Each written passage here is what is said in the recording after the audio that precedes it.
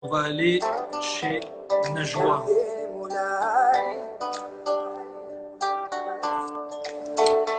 Najwa, Bonsoir, bonsoir, bienvenue dans Confinement Vôtre, comment vas-tu? ça va, merci. Je profite de Je... l'occasion pour souhaiter un bon Eid à toi et à toutes les Merci personnes beaucoup, qui Aïd nous Mubarak écoutent. Saïd, à toi aussi et à tous tes proches et à tous ceux qui nous regardent et nous écoutent. Alors, Najwa Ben Chebab, tu es du côté de Bordeaux, dans le sud-ouest, comme on dit là-bas. Tu as fait tes études au Maroc jusqu'à l'âge de 17 ans, du côté de Mohammedia, dont tu es originaire. Ensuite, tu as décroché ton diplôme en 2014 dans une école de commerce et tu as occupé notamment des postes de responsabilité. Et puis un jour, tu t'es posé et tu t'es dit, finalement, tout ça, c'est pas vraiment ce que j'ai envie de faire. Qu'est-ce qui s'est passé? Exactement. En fait, je fais partie de cette génération qu'on a endoctrinée depuis X temps, soit à être médecin, soit ingénieur, soit à être dans un grand poste de responsabilité dans une entreprise. Et du coup, j'ai dû faire taire en fait tous mes rêves d'enfant intérieur et notamment tout ce qui est l'art et tout ce qui est écriture, etc. Pour faire un boulot qui paye bien et un boulot qui est bien vu en quelque sorte. Donc, euh, donc finalement, j'ai eu le boulot qui fait rêver, mais finalement, j'étais pas heureuse, j'étais pas à ma place. Je faisais le boulot bien, mais c'était quoi l'utilité, c'était quoi le sens de ma vie? Donc à un moment donné, j'ai commencé à me poser des questions. Ça, c'est vraiment un élément, moi, ce qui m'a plu quand on a échangé autour de ton parcours pour préparer cet entretien, c'est l'élément central, crucial, essentiel, vital que j'évoque souvent avec les étudiants quand ils me demandent, voilà, je sais pas trop ce que je veux faire, ou je fais une école de commerce pour avoir un bon job, et on se rend compte, et tu en es la preuve vivante, que finalement, le job dans lequel on peut s'accomplir, le job dans lequel on peut s'investir pendant des années, pendant même des décennies, pendant toute une vie, c'est un job, c'est un travail, c'est un métier que l'on aime. Exactement, et qui nous fait vibrer tous les jours. Parce que, en fait, je me suis rendu compte, même par rapport aux personnes que je gérais dans l'entreprise, c'est que les personnes, ils étaient pas contentes. Ils attendaient avec impatience le week-end, le vendredi soir. Le lundi, t'as tout le monde qui fait la gueule. Le lundi matin, et puis ils attendent tous la fin du mois. Et finalement, c'est pas une vie.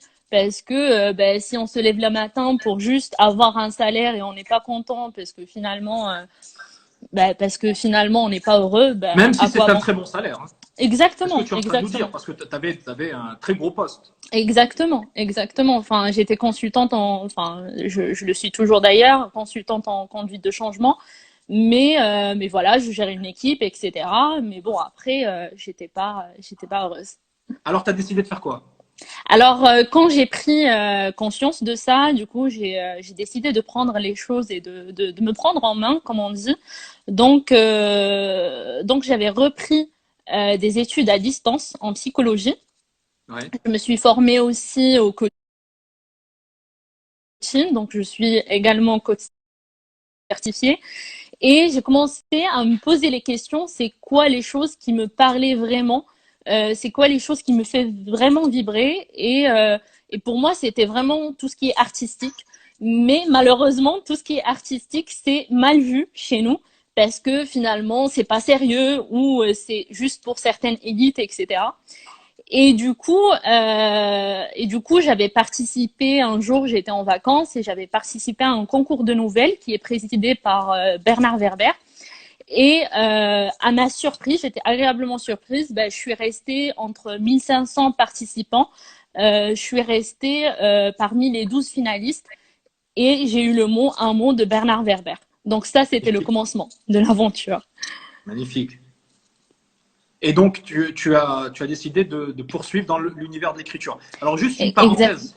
Si vous regardez les commentaires, vous voyez que Sharaib Idriss, Allah yarhamou wa sa'aleh, paix à son âme, est parmi nous. Bien sûr que c'est pas lui, puisque malheureusement, il est disparu depuis 2007, le 1er avril 2007, j'oublierai jamais cette date, mais c'est son épouse, Shina Sharaibi, que j'aime infiniment et que je veux saluer. Et voilà, donc elle porte à bras le corps tout le patrimoine de notre grand auteur, Driss Shraibi.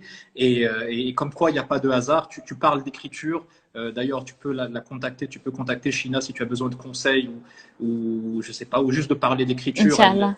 Elle t'en parlera avec énormément de passion et je voulais la remercier infiniment d'être régulièrement présente dans ces lives. Voilà, Shina Shraibi, l'épouse, la veuve de Driss Shraibi qui est avec nous et qui porte son œuvre. Et Driss Shraibi, c'est un artiste et un auteur, un écrivain, un intellectuel qu'il faut vraiment mettre en avant dès qu'on en a l'occasion, que ce soit Exactement. ou à l'international. Et donc, tu t'es mise à écrire. Exactement. Donc, je me suis mise à écrire. Donc, au début, c'était une petite thérapie. C'était ma propre thérapie. Parce que je me disais, finalement, je suis qui pour écrire? J'ai pas fait forcément des études littéraires. Je connais pas vraiment exactement la structure narrative, etc. Enfin, et puis, moi, je m'en lasse à des écrits avec plein de descriptions, etc. Enfin, et du coup, finalement, je me suis dit, il faut faire la chasse aux mythes. Et du coup, c'est la chasse à nos peurs intérieures, à toutes nos croyances limitantes.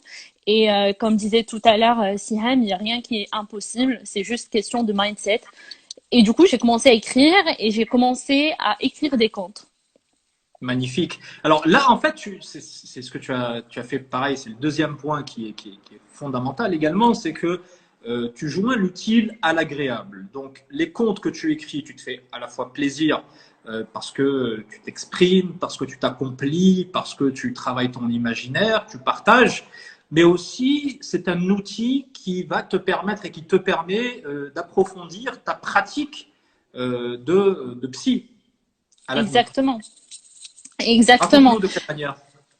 De quelle manière? En fait, j'avais regardé.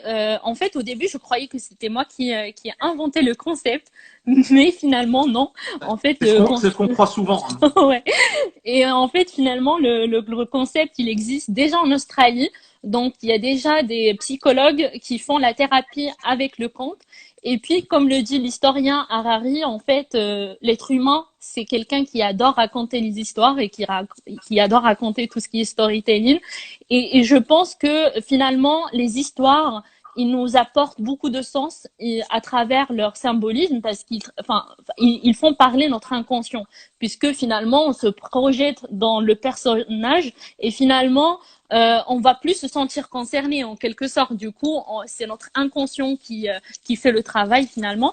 Et puis finalement, par exemple, il y a, on peut citer les contes, par exemple, de Khalila et Dimna, de la fable de La Fontaine, le magicien d'Oz, qui sont toujours présents dans nos esprits. En fait, grâce au conte, on crée une distanciation entre nous et le personnage, mais finalement, il y a une morale, il y a un enseignement dont on tire profit et en recollant finalement ensuite une identification entre soi-même, ce que l'on vit et le personnage de l'histoire. Donc c'est un cheminement comme ça un peu thérapeutique à travers l'imaginaire et à travers la littérature. Ces contes, pendant le confinement, tu as décidé de les partager avec ton public sur quel support? Alors sur Amazon, en fait, je l'ai mis gratuitement pendant toute la période de confinement en France. Et pourquoi? Parce que je pense que c'est nécessaire parce que cette période du confinement, enfin moi je me marrais à appeler le coronavirus Coco. Je me marrais à appeler le corona comme un personnage avec qui on parle pour finalement essayer d'avoir un lien et essayer de voir le côté positif de ce personnage. Comment ce personnage, comment le coronavirus aujourd'hui peut réinventer notre vie et peut nous, en quelque sorte, peut nous poser des questions, comment on a une vie pleine de sens. Parce que finalement, c'est une chance, le coronavirus, parce que on était à fond sur le quotidien, à fond pour satisfaire un mode de capitalisme. Et finalement, le fait qu'on a quelque chose et se rendre compte que finalement, cette petite chose elle est en train de bouleverser notre vie. et elle est en train de nous faire penser et des questions essentielles. Par exemple, ben, finalement, c'est quoi le sens de ma vie? Ben, finalement, qu'est-ce que je peux apporter au monde? Ben, c'est quoi ma place, etc. Et tu rejoins parfaitement le commentaire qu'a fait Shina Shraibi, transmettre les comptes, c'est transmettre la vie. Comme quoi, vous êtes sur la même longueur d'onde.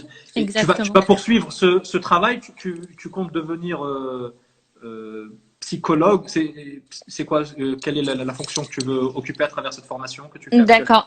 Oui, je veux occuper le poste de psychologue et je veux vraiment lier la psychologie. En fait, le problème aujourd'hui, c'est qu'on a des disciplines qui sont un peu séparées. Par Mhm. exemple, si on est dans le monde d'entreprise, on est à fond dans le monde d'entreprise. La Mhm. psychologie, ben, finalement, elle est vue ben, soit pour les personnes avec des problèmes mentaux, enfin malgré qu'aujourd'hui on parle souvent de la psychologie positive, qui est bah, une psychologie qui est un peu plus sur la motivation et la productivité, etc. Et en même temps, moi, mon but en quelque sorte, c'est d'allier entre les disciplines, c'est d'allier entre la psychologie, l'art et le monde d'entreprise. Magnifique, c'est tout le mal qu'on te souhaite. Très bonne continuation. Merci Merci infiniment, beaucoup. Najwa Merci beaucoup, Elia. Belchebab, du côté de Bordeaux, originaire de Mohammedia et futur psy qui allie culture et monde de l'entreprise. À très bientôt et merci d'avoir été avec nous dans Confinement Web. Merci beaucoup. Merci beaucoup, Porte-toi Elia. bien, bye bye. Au revoir. Salut.